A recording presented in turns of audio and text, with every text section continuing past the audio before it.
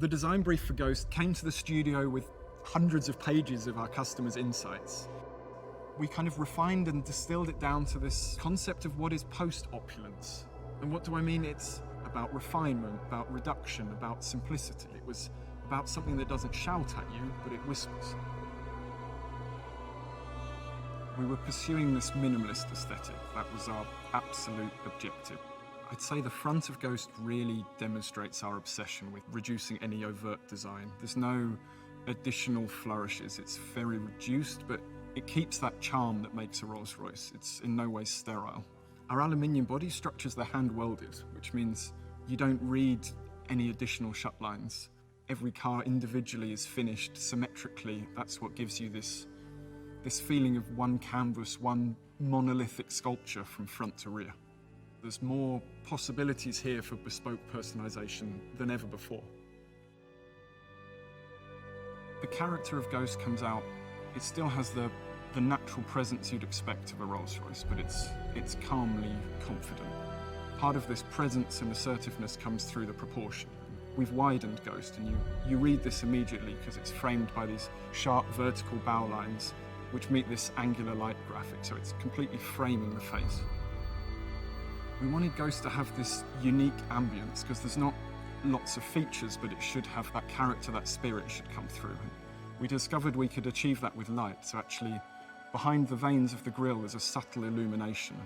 Actually we fine-tuned the shapes and even brushed the back of every vein, that you just get this subtle glow, that it removed any sense of anything ever being sterile. It should always have this warmth of a Rolls-Royce, this gentle glow.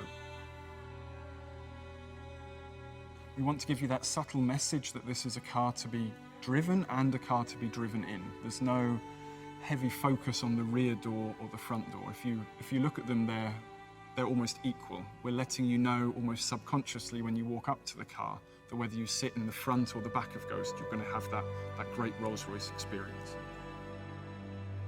The rear of Ghost, it continues this yachting analogy. It's resolved in a taper from all sides, and this is how we create that sense of motion.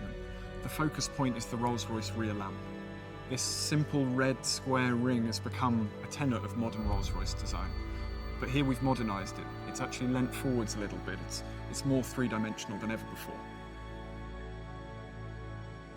The Ghost interior is meant to be a detoxifying space. We realised our customers have very complicated lives, so they're not looking for a constant reminder of their success. They're not looking for busy details. They want a thinking space. We found trying to do this actually makes it incredibly complicated, but for our craftspeople, the challenges are even greater. There's no distraction, there's no complicated patterns in which to hide any error, so a single stitch line must be perfect. The wood, for example, that you touch, it's not hidden under lacquer, it's open pore, so you can feel the veneer through it. And don't be fooled of what might be underneath there. This has got more technology in it than any other Rolls-Royce we've ever built, but it's only there when you demand it. The dashboard, for instance, the illuminated fascia, it's only there when requested. The effortless doors, there's not an additional button, it's the door handle. Everything is there to make it as calming and relaxing and uncomplicated as possible. Henry Royce said that small things make perfection, but that perfection is no small thing. And we discovered that really holds true today. This philosophy of post-opulence, this philosophy of refining to every detail is what should make it timeless.